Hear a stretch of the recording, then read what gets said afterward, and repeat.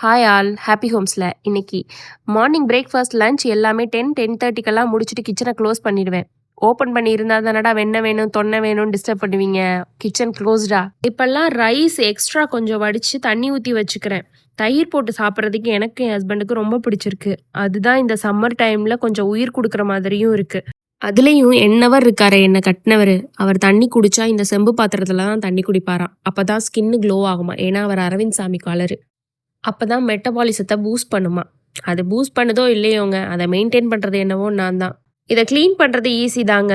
இதை க்ளீன் பண்ணும்போது கொஞ்சம் லெமனும் சால்ட்டும் சேர்த்துட்டு க்ளீன் பண்ணிங்கன்னா நல்லா க்ளீன் ஆகிடும். பூஜை ஜாமானையும் நான் இப்படி தான் விளக்குவேன். நல்ல ரிசல்ட் கொடுத்துட்ருக்கு எனக்கு. பூஜை ஜாமான்லாம் க்ளீன் பண்ணும்போது கொஞ்சம் மஞ்சள் சேர்த்து க்ளீன் பண்ணுவேன். நல்ல ரிசல்ட் கொடுத்துக்கிட்டு இருக்கு. நீங்கள் வேணும்னா ட்ரை பண்ணி பாருங்கள். கிச்சனை க்ளோஸ் பண்ணிட்டு லாகின் பண்ணலான்னு போகும்போது ஆர்டர் கொடுத்துருந்த டயாப்பர் வந்திருந்தது. பிறந்ததுலேருந்தே டெடி தான் யூஸ் பண்ணிக்கிட்டு இருக்கேன். ரேஷஸ் அந்த மாதிரி எந்த ஒரு இஷ்யூவுமே இல்லை. பட் ஆனால் போட்டதுக்கப்புறம் ரொம்ப ஹெவியாக இருக்கோ ரொம்ப வேர்க்குதோ அப்படின்னு ஃபீல் ஆச்சு. அதனால தான் கொஞ்சம் லைட்டாக பார்க்கலான்னு சொல்லிட்டு ரிவ்யூ எல்லாம் செக் பண்ணிவிட்டு ஆர்ஃபார் ரேபிட்லேருந்து ஆர்டர் பண்ணியிருந்தேன். யூஸ் பண்ணாதான் தெரியும் எது நல்லா இருக்குது நல்லா இல்லை அப்படிங்கிற. இவ்வளோ நாளாக உட்காந்து ட்ரெஸ் சூஸ் பண்ணிக்கிட்டு அதுக்கு அக்சசரிஸ் பார்த்துக்கிட்டு இருந்த காலம் போய் இப்போ பேம்பர்ஸில் எது பெஸ்ட்டாக இருக்கும், இதை யூஸ் பண்ணால் நல்லா இருக்குமா, ரேஷஸ் ஃப்ரீயாக இருக்குமா, இதில் என்ன ஃபியூச்சர்ஸ்லாம் இருக்குது, இப்படிலாம் சூஸ் பண்ணுற காலம் வந்துருச்சு. இந்த மாதிரி எத்தனை பேரோட லைஃப் இப்போ ரீசெண்டாக மாறி இருக்குன்னு சொல்லுங்களேன் பார்ப்போம்.